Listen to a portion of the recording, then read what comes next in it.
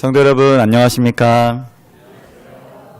네, 우리 성도님들께서 저를 보면서 하시는 말씀이 공통된 말이 두 가지가 있었습니다. 첫 번째 뭐였을까요? 네네네. 첫 번째는 휴가 잘 다녀왔어요? 라는 질문이었고, 두 번째는 얼굴이 점점점. 저 까만 거 좋아합니다. 저 일부러 태웠어요. 원래 이렇게 뭐 바르는 거를 좀 싫어하고 땀이 더 많이 나는 거 잘 아시죠? 그래서 뭐 바르면 막 줄줄줄 이렇게 하는 게 너무 싫어서 아예 안 바르고 다닙니다. 그래서 캠프리 때 한번 까맣게 탔고, 청학 캠프 때 두 번째 까맣게 탔고, 또 휴가 가서 또 까맣게 탔습니다. 아마 다 벗겨지려면 내년쯤 돼야 되지 않을까 이렇게 생각하고요. 제가 이렇게 우리 어린이들 가끔 이렇게 저보다 먼저 또 까만 그 모습을 보면 조금 안쓰러운 마음도 들고 제가 약간 좀 우월하다는 생각도 좀 들었어요. 저만 그렇게 생각하죠? 그래서 저 보실 때 그런 느낌을 가지시라고 제가 더 많이 좀 태웠습니다. 그래서 좀 많이 웃으시고 또 저보고 또 위안도 삼으시고 내가 더 낫다 이렇게 생각하시면서 삶의 더 맛을 좀 느끼셨으면 좋겠습니다. 그리고 중층에 우리 계신 집사님, 제가 이름 언급하면 되게 부끄러워하실 것 같아서 제가 말씀 안 하겠지만 제가 되게 마음이 불편해요. 아마 에어컨 안 킨 것 같은데요. 그쵸? 에어컨 키고 설교 들으셨으면 좋겠고, 불도 켜고 들으셨으면, 혼자 계신다고 아마 다 절약하시는 것 같은 느낌을 제가 많이 받아서 불편합니다. 그래서 네, 편안한 환경에서 말씀 쏙쏙 더 잘 들으시고, 우리 유두고처럼 아마 거기서 졸다가 쓰러지실 수도 있어요. 그래서 시원하게 하셔야 됩니다. 이렇게 해서 설교 잘 들으셨으면 좋겠습니다. 자, 오늘 말씀 제목 같이 좀 읽고 시작하겠습니다. 기도하는 교회입니다. 기도하는 교회. 본문은 사도행전 12장 1절부터 12절까지 말씀입니다. 제가 하얀색 글씨를 읽으면 우리 성도님들께서 주황색 글씨를 읽어주시기 바랍니다. 그때에 헤롯 왕이 손을 들어 교회 중에서 몇 사람을 해하려 하여 유대인들이 이 일을 기뻐하는 것을 보고 베드로도 잡으려 할새 때는 무교절 기간이라.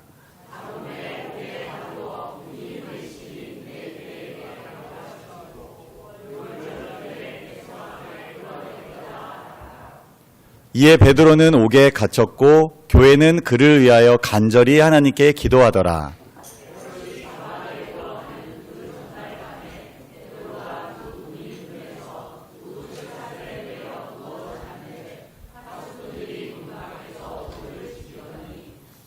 호련히 주의 사자가 나타나매 옥중에 광채가 빛나며 또 베드로의 옆구리를 쳐 깨워 이르되 급히 일어나라 하니 쇠사슬이 그 손에서 벗어지더라.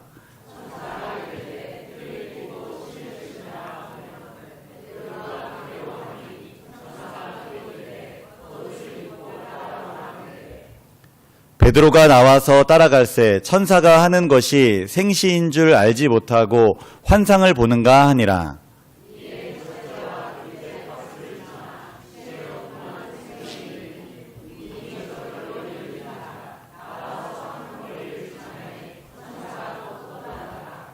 이에 베드로가 정신이 들어 이르되 내가 이제야 참으로 주께서 그의 천사를 보내어 나를 헤롯의 손과 유대 백성의 모든 기대에서 벗어나게 하신 줄 알겠노라 하여.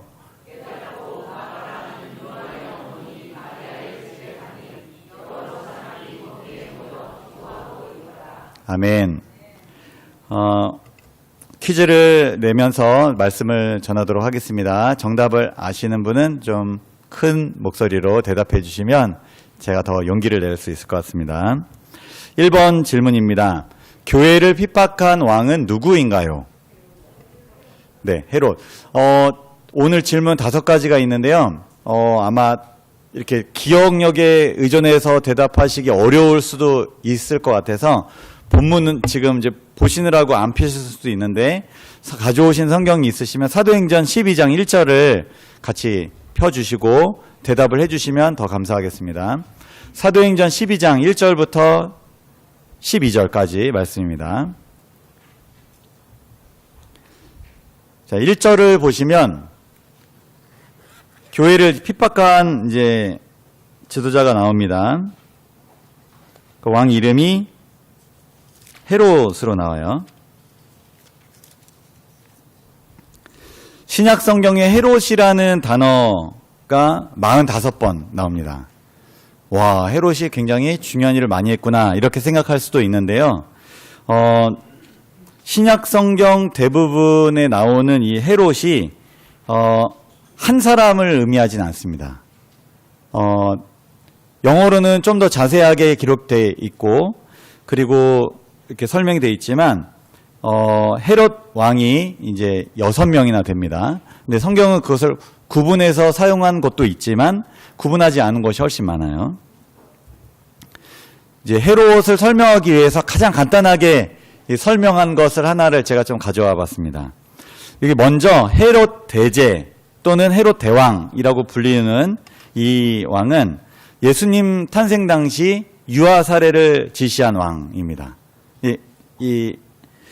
또 그가 또 한 일, 유명한 일이 성전 재건을 착수했습니다. 성전을 굉장히 오랫동안 지었는데 그가 있을 때 완공은 못했지만 이 헤롯 대제, 이 헤롯 대왕이 아들 3명에게 자기가 죽은 후에 유언을 합니다. 이 3명이 이렇게 분봉왕으로 이렇게 영토를 분할해서 이렇게 통치하라 이렇게 했는데 그 아들 3명이 이렇게 됩니다. 헤롯 아켈라오, 헤롯 안티파스, 헤롯 빌립입니다. 그런데 여기에서 이제 유명한 왕이 헤롯 안티파스입니다. 이 헤롯 안티파스가 왜 유명하냐면 동생 헤롯 빌립의 아내를 이제 취했어요. 부도덕한 일을 했죠. 그리고 침례 요한, 그것을 지적한 침례 요한을 이제 죽였습니다. 그래서 유명해요. 근데 이 헤롯 안티파스가 아들을 낳았는데 그가 이제 헤롯 아그리파 1세입니다. 오늘 본문에 등장하는 헤롯이 누구냐면 이 헤롯 아그리파 1세입니다. 이 시간이 이제 사도행전이니까 이제 많이 지났죠. 예수님 탄생 전부터 헤롯 대왕이 있었고 쭉 지나서 이제는 헤롯 아그리파 1세가 중간에 이제 다른 통치자들이 또 있었습니다. 빌라도 같이 이제 중간중간에 또 다른 통치자들이 있었지만 이제 헤롯 가문이 또 다시 이제 통치하게 됐습니다. 이 헤롯 아그리파 1세는 초대 교회를 핍박한 왕으로 오늘 본문에 등장합니다. 그냥 줄여서 헤롯이라고 하겠습니다. 두 번째 퀴즈입니다. 이 사도 중 첫 순교자가 이번 본문에 등장하는데요. 누구일까요? 야고보. 이 설명이 나오죠. 세베대의 아들 야고보라고 나옵니다. 근데 오늘 본문에는 이 야고보를 설명할 때 뭐라고 설명하고 있죠? 2절에 네, 요한의 형제. 야고보 하면은 유명한 게 있습니다. 뭐가 유명하죠? 사실 야고보에 대한 기록이 많이 성경에는 없습니다. 근데 유명한 사건이 하나 있어요. 예수님이 별명을 지어주신 사건. 이 야고보와 형제 요한이 성격이 조금 욱하는 그런 성질이 있어갖고 우레의 아들이라는 뜻의 보아너게라는 별명을 예수님이 지어주셨어요. 제가 이런 설명을 왜 드렸냐면 왜 첫 순교자가 하필이면 야고보였냐라는 거죠. 왜 야고보가 첫 순교자가 되었을까요? 한 성격 했기 때문에 아마 첫 순교자가 되지 않았을까 이런 생각을 이제 해봅니다. 이것은 이렇게 좀 이해할 수 있는데요. 성경에는 왜 첫 순교자가 야고보인지 설명은 안 하고 있습니다. 그냥 추측해 보는 거예요. 예수님의 수제자 3명, 변화산에도 이렇게 같이 갔었던 3명 누구죠? 야고보하고 요한하고 베드로. 아주 주요한 예수님의 제자입니다. 헤롯이 생각했을 때 유대인들의 환심을 사기 위해서 유대인 그리스도인들을 핍박하고 심지어 누가 본보기로 죽이면 좋을까라고 생각했을 때 이 3명의 제자를 염두에 두지 않았을까 생각이 들어요.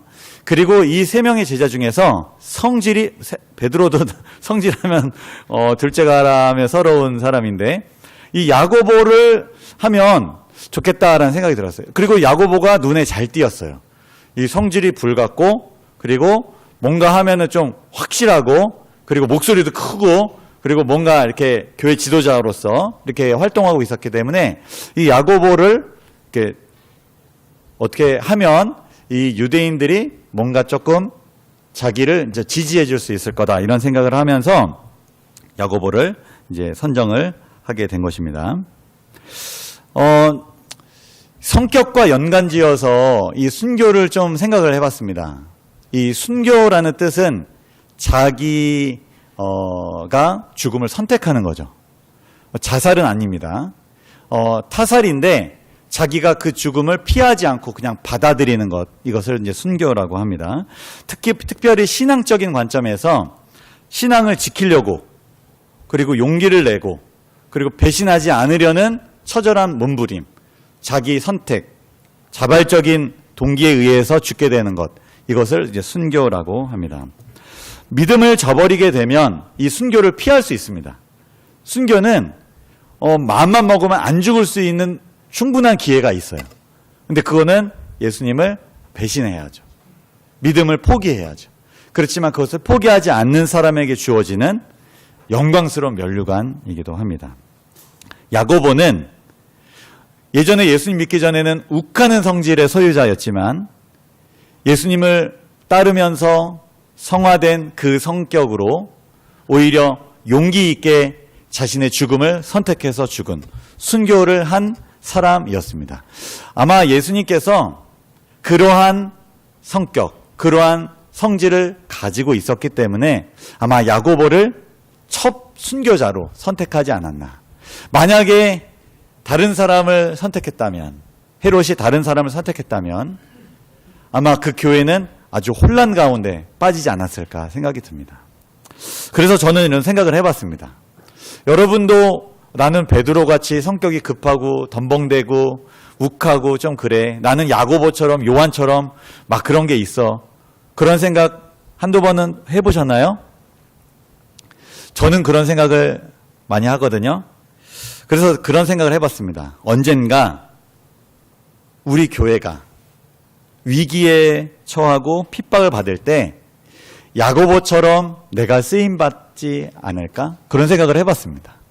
그리고 우리 교회에 욱하시는 분들이 누가 있나 제가 좀 생각을 해봤어요. 그러면서 저분은 하나님께 가장 먼저 쓰임을 받을 수 있지 않을까. 네, 그렇게 생각을 해봤습니다. 그런데 조금 아이러니한 것은요. 욱하면 또 하나 이렇게 등장하는 요한이 있잖아요. 요한은 가장 마지막에 죽었습니다. 이게 의미하는 바가 있지 않을까 제가 해석을 좀 해봤어요. 이것도 아니고 저것도 아닌 그런 성격이 있는 분들은 시작과 마지막을 잘 장식하지 않을까. 정말 필요할 때, 교회가 처음에 이 믿음을 세울 때, 그리고 마지막까지 믿음을 고수할 때, 이 사도들의 가장 모본으로서 쓰임받았지 않았나. 우리가 가진 성격이 지금 잘 변화되지 않을 수 있습니다. 전혀 새로운 사람이 되긴 쉽지 않습니다.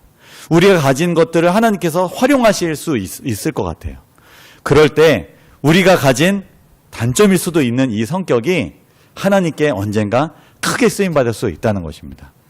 성격 좀 안 좋아서 고민하시는 분들 좀 있으실 텐데 너무 자책하지 마시고 용기를 가지시고 하나님께 내가 크게 쓰임받은 날이 오겠다. 그렇게 생각하시면 아마 그런 날이 오지 않을까.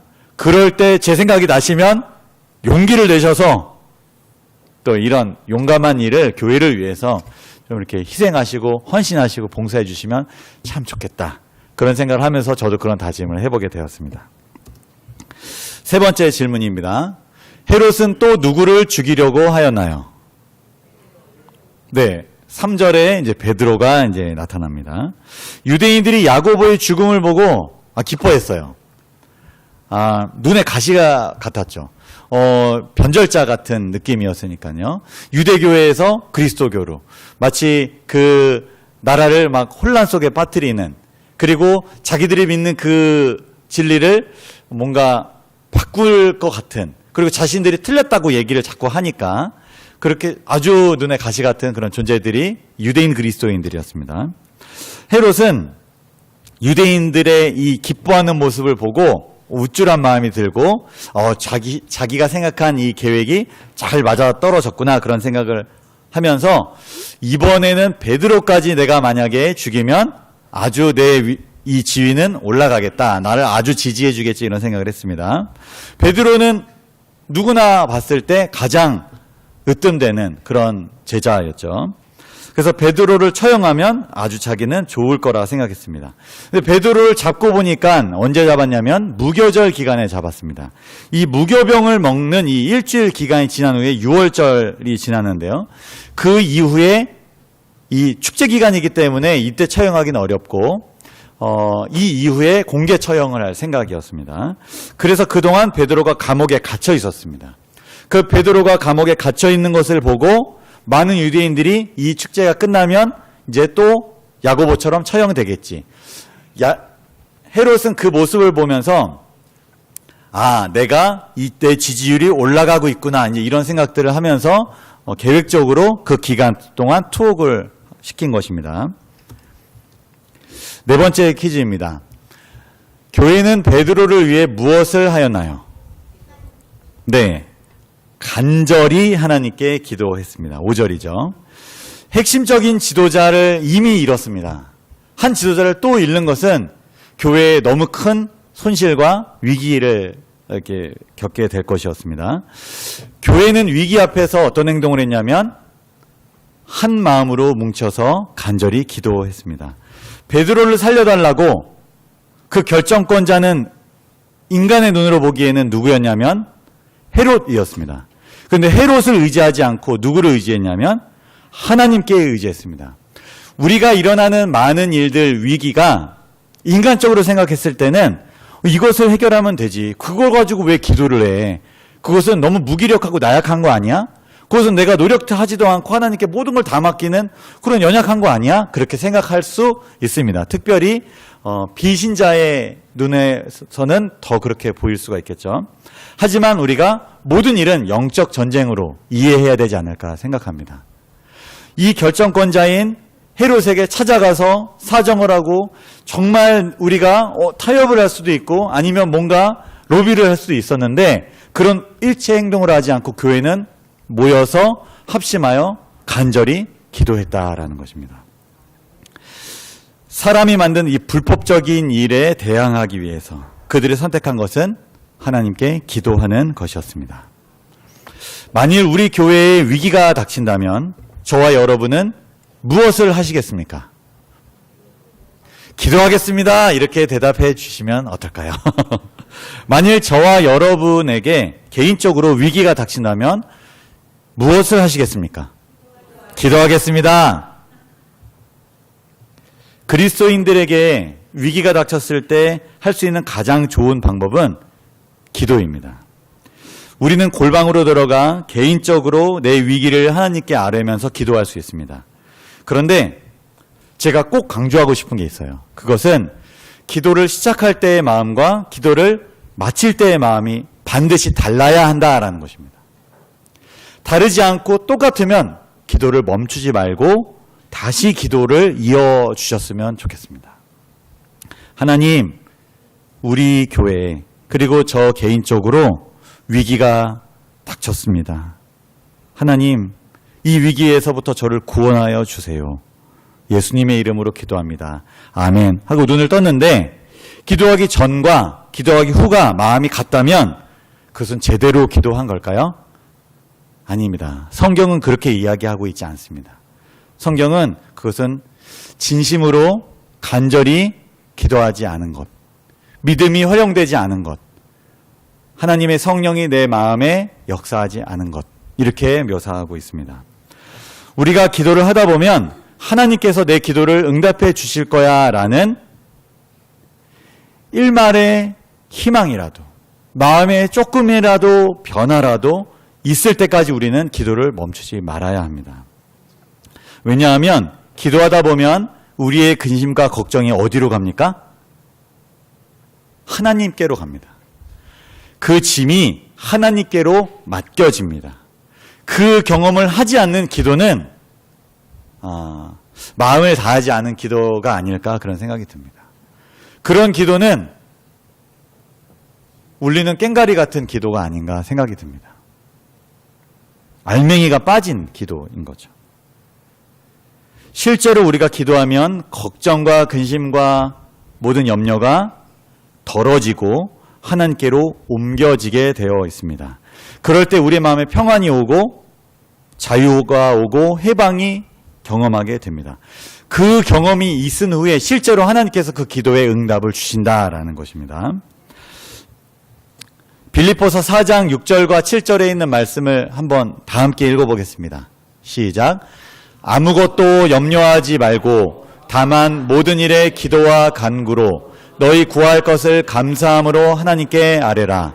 그리하면 모든 지각에 뛰어난 하나님의 평강이 그리스도 예수 안에서 너희 마음과 생각을 지키시리라. 아멘. 하나님께 기도하면, 온전히 기도하면 마음에 무엇이 임해요? 평강이 임합니다. 그럼 평강이 임하지 않으면요? 우리가 하나님께 진심으로 기도했다, 간절히 기도했다 말하기가 저는 조금 약하지 않을까 생각이 듭니다. 우리가 1차적인 유익부터 경험했으면 좋겠어요. 기도 응답은 둘째고 1차적으로 내가 기도하고 전과 후가 마음이 달라야 하지 않겠습니까? 내가 무거운 짐을 가지고 너무 괴로워서 다른 사람에게 말하지 못한 짐을 가지고 교회를 찾아왔어요. 예배가 아직 1시간이나 남았는데 먼저 와서 기도를 간절하게 해요. 그런데 기도하기 전과 후가 마음이 똑같으면 다음에 기도할 마음이 들어요, 안 들어요?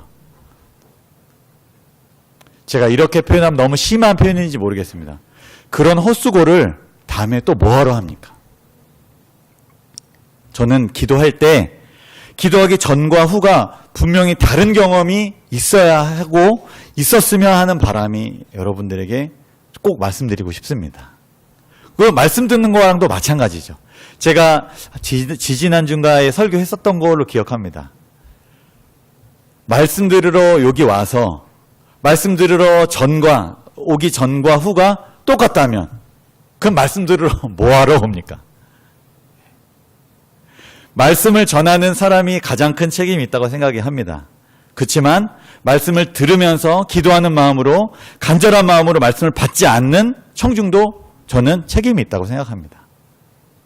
하나님께 간절히 기도하는 마음으로, 설교자를 위해 기도하는 마음으로, 내 문제가 해결되었으면 좋겠다라는 마음으로 간절히 예배에 임하는 자세. 기도할 때도 하나님, 내가 이 기도를 멈추고 났을 때 내 마음이 똑같다면 하나님 살아계신 거 맞습니까? 그렇게 간절히 기도하는 마음으로 기도하지 않는다면 그것이 무슨 기도라고 할 수 있겠습니까? 이 빌립보서의 이 말씀처럼 아무것도 염려하지 말고 다만 모든 일에 기도와 간구로 너희 구할 것을 감사함으로 하나님께 아뢰면, 기도하면 모든 지각에 뛰어난 하나님의 평강이 그리스도 예수 안에서 너희 마음과 생각을 지켜주시는 경험. 이 1차적인 유익을 기도할 때 우리는 꼭 경험해야 하는 것입니다. 그리고 두 번째는 그렇게 기도한 사람에게 하나님께서는 이미 응답해 주실 것을 예비해 놓으셨다. 이미 그 기도는 응답이 된 거와 마찬가지다. 우리가 최종 목표인 하늘에 가는 것이 우리의 목표지만 이 땅에서 내가 행복하고 그리스도 안에서 평안을 누리고 기쁘고 즐겁고 작은 천국을 누리지 못하면 저 멀리 있는 저 하늘나라가 여러분 의미가 있나요? 지금 내가 괴로워 죽겠는데 용서의 기쁨도 구원의 기쁨도 내가 못 누리고 있는데 마음에 평안도 없는데 그 하늘 생각하면서 신앙생활 할 수 있나요? 아닙니다. 문제는 해결되지 않아도 위기는 여전히 나를 괴롭혀도 내 마음은 평안할 수 있다는 거예요. 예수님께서 겟세마네 동산에서 기도하시고 그 폭풍은 그대로인데 마음에 평안이 임하신 것처럼 기도하고 나기 전과 후는 반드시 변화가 있어야 된다는 거죠. 그 중간에 기도를 끊어버리는 것은 너무너무나 찝찝하고 너무너무나 괴롭고 그것은 참된 기도가 아니지 않나 그런 생각을 해보게 됩니다. 우리는 개인적으로 기도하는 것뿐만 아니라 오늘 본문에 나온 것처럼 합심하여 함께 기도하는, 간절히 기도할 필요가 있습니다. 지난주 수요일 우리 장수연 장로님께서 위중한 상황이라고 우리 성도님들께 기도를 요청하는 문자를 보냈습니다. 참고로 장수연 장로님께서는 지금도 중환자실에서 의식이 없는 채로 계십니다. 약 30여 명의 우리 성도님들께서 기도하겠습니다. 기도하겠습니다. 간절히 기도하겠습니다. 라고 댓글을 쭉 남겨주셨어요. 여전히 위기가 계속되고 있지만 성도들이 한 마음으로 이 뭉치는 모습을 보면서 저는 너무 큰 감동을 받았습니다. 혹시 여러분에게 감당하기 어려운 어려움과 위기가 혹시 있으십니까? 기도 제목을 말씀해 주시기 바랍니다. 함께 기도하면 좋겠습니다. 오늘은 화요 기도회로 우리가 모였습니다. 기도회란 함께 모여서 기도하는 모임입니다. 이 화면은 지난주 기도 제목입니다. 그런데 저만 느끼는 것인지 모르겠지만 무엇인가 아쉬운 느낌이 듭니다. 무엇일까요? 그것은 기도 제목이 너무 공식적이다라는 것입니다. 너무 공식적이기 때문에 기도 제목을 추가할 수 없지 않았을까라는 생각이 듭니다. 화요 기도회 때 개인적인 기도 제목을 가지고 기도해보면 어떨까라는 생각을 하게 되었습니다.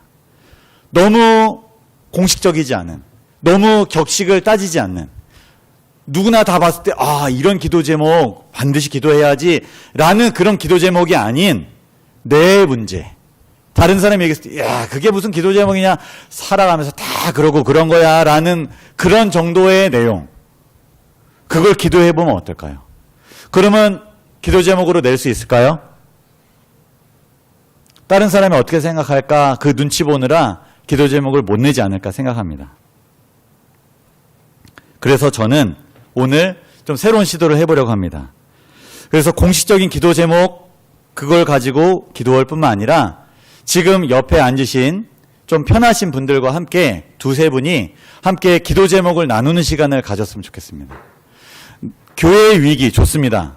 내 개인의 위기 좋습니다. 내 개인의 위기를 이야기했을 때 충조평판하지 않는 사람, 충고하고 조언하고 평가하고 판단하지 않는 사람, 이런 사람에게 내 개인적인 위기를 얘기하는 겁니다. 그리고선 내 어려움을 위해서 너가 좀 기도해 줬으면 좋겠다. 내가 기도하지만 기도하기 전과 후가 크게 다르지 않다. 너무너무 힘들다 이것 때문에. 그래서 너가 나를 위해서 기도해 줬으면 좋겠다. 두 분이서 세 분이서 이런 기도를 오늘 좀 하면 좋겠습니다. 저는 가장 큰 소망이 뭐냐면요, 이렇게 모였을 때 내 소원을 이야기하는 거예요. 그러면 다 같이 같은 마음으로 기도해 주는 거예요. 꿈과 같죠? 대그룹에서는 쉽지 않을 것 같아요. 그래서 여기에서 우리가 나눈 소그룹, 거기서 더 작은 내가 진짜 마음을 나눌 수 있는 가까운 분들과 함께 이야기를 좀 나눠주시고 그것을 가지고 우리가 간절히 기도하면 그것이 작은 교회가 되지 않을까 생각합니다. 교회는 오늘 본문의 전체 전 요약을, 교회는 위기에 처한 사람을 위해서 기도하는 곳이다.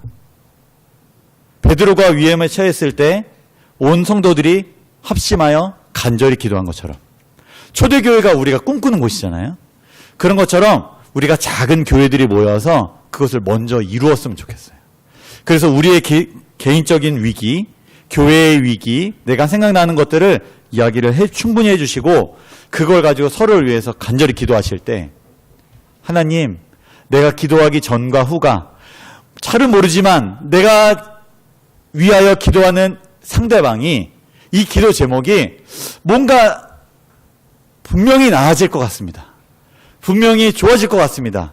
이러한 간절한 마음으로 기도하셨으면 좋겠습니다. 그럴 때 이 베드로가 옥에서 풀려나서 그 기도하고 있는 그 사람들의 모임에 찾아간 것처럼 우리의 위기와 이 교회의 위기가 그렇게 해결되면 얼마나 좋을까, 그런 상상과 그런 기대를 해보게 됩니다. 다섯 번째 퀴즈입니다. 주의 사자가 감옥에 나타났을 때 베드로는 무엇을 하고 있었나요? 끝난 것 같지만 끝난 게 아닙니다. 네, 이제 거의 다 끝났습니다. 베드로 무엇을 하고 있었죠? 네, 잠들어 있었습니다. 여기 보시면 이 사슬을 이렇게 매어 있는 두 명의 다른 군인들이 있었고 그 앞에 문을 지키고 있는 또 다른 9명이 있었습니다. 그래서 4명이 이렇게 돌아가면서 이 베드로를 절대 이렇게 놓치지 않으려고 이렇게 한 것입니다. 천사가 나타나서 베드로의 옆구리를 탁 쳤습니다. 어서 일어나라. 그 순간 베드로의 손목에 있었던 옆구리를 쳤는데 그 사슬이 탁 풀렸어요. 그리고 천사가 허리끈을 메고 신으시느라고 말했습니다. 그리고 겉옷을 입고 자신을 따라오라 했습니다. 베드로는 잠결에 이게 꿈인가 아니면 생신가 이게 헷갈렸습니다. 근데 이 감옥을 빠져나오고 경비병 사이를 지나서 성으로 통하는 이 문까지, 철문까지 갔습니다. 그때까지 경비병들은 알아채지 못했어요. 기적이죠. 철문은 저절로 열렸습니다. 문을 통과해서 한 구역을 간 이후에 갑자기 천사가 어디론가 사라져 버렸습니다. 베드로는 이 천사가 나타나기 전까지 깊은 잠에 빠져 있었습니다. 그런데 이 밤은 다음 날 공개 처형을 당하기 전날 밤이었습니다. 여러분, 위기가 내 눈앞에 있고 이것이 해결되지 않은 상태에서 계속 아른거리면 잠이 오나요? 잠이 안 옵니다. 베드로를 걱정하는 교회 성도들이 모여서 간절히 기도하고 있었고, 근데 베드로는 정작 당사자는 뭐하고 있었어요? 잠을 쿨쿨 자고 있었습니다. 어떻게 이럴 수 있을까요? 어떻게 이럴 수 있을까요? 생각이 없는 건가요?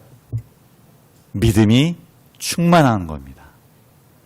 우리의 문제가 완전히 사라져야 내가 웃을 수 있는 게 아니고요. 하나님께서 내 안에 임재하실 때만이 내가 웃을 수 있는 것입니다. 믿으십니까? 네. 그래서 기도가 반드시 필요한 것이죠. 실제 문제가 해결되는 것보다 더 필요한 것은 기도입니다. 위기가 있으면 반드시 기도해야 됩니다. 그것이 해결될 기미가 나타날 마음에 어떤 확신이 들 때까지 기도를 멈춰서는 안 됩니다. 이것이 그리스도인입니다. 우리 선조들이 보여줬던 믿음의 모본입니다. 예수님께서 겟세마네 동산에서 보여주신 기도의 모본인 것입니다. 하나님께 모든 것을 맡긴 자만이 느낄 수 있는 유익, 쉼과 평안인 것입니다. 이것이 바로 기도의 힘인 것입니다. 베드로는 자신의 위기를 모두 하나님께 옮겨버렸기 때문에 그 안에는 평안이 깃들었고 쿨쿨 잠을 잘 수 있었습니다. 저와 여러분도 베드로처럼 위기의 순간에 기도할 수 있습니다. 혼자서뿐만 아니라 함께 기도할 수 있습니다. 저와 여러분도 초대교회 성도들처럼 위기에 처한 사람이 있다면 그 사람을 위해서 기도해 줄 수 있습니다. 그래서 오늘 기도회는 개인 기도하는 방식으로 기도하지 않겠습니다. 오늘 기도회는 공식적인 기도만 기도하지 않겠습니다. 오늘 기도회는 개인적인 기도 제목을 옆에 있으신 분들과 함께 나누고 그 기도 제목을 위해서 서로 기도하는 시간을 갖도록 하겠습니다. 그래서 함께 기도하는 이 기도가 얼마나 큰지 경험해 봤으면 좋겠습니다. 그리고 내가 기도할 때 끙끙 앓고만 있지 않고 이것을 누군가에게 나 기도 제목이 있는데 내 기도 제목을 들어주고 나를 위해 기도해 줄 수 있겠냐고 그런 운동이 일어났으면 좋겠습니다. 그것이 퍼져서 화요 기도회 때 공식적인 기도만 하는 것이 아니라 목사님 저 기도 제목이 있는데 기도 제목에 추가해 줄 수 있나요? 이렇게 말씀해 주시는 분이 있었으면 좋겠습니다. 그걸 가지고 부끄러워하거나 그걸 가지고 왜 이런 기도 제목을 냈냐라고 이야기하는 성도들이 없었으면 좋겠습니다. 이 기도회가 정말 불이 붙었으면 좋겠습니다. 형식적인 기도회가 아니라 3분짜리 기도회가 아니라 정말 이곳에 오고 기도해보고 싶은 마음이 드는 그런 간절한 기도 모임이 되면 좋겠습니다. 그래서 오늘 작은 시도를 좀 해보고 싶었습니다. 그래서 우리 기도 제목을 간절하게 나눠주시고 그 상대방을 위해서 간절하게 기도해 주시면 참으로 좋겠습니다. 그래서 오늘 기도 시간은 기도 나눔 시간 포함해서 10분을 드리겠습니다. 10분. 평상시 여러분 2분 30초 3분밖에 기도 안 했습니다. 3배 정도, 한 4배 정도 기도해 주시면 좋겠습니다. 나누는 시간까지 포함되니까 10분이 결코 긴 시간은 아니라 생각이 듭니다. 간절히 기도함으로 우리가 시작할 때의 마음과 마칠 때의 마음이 꼭 달라졌으면 좋겠고, 우리 서로의 마음속에 위로와 또 그리고 성도가 됨을 보여주시는 시간이 되었으면 좋겠습니다.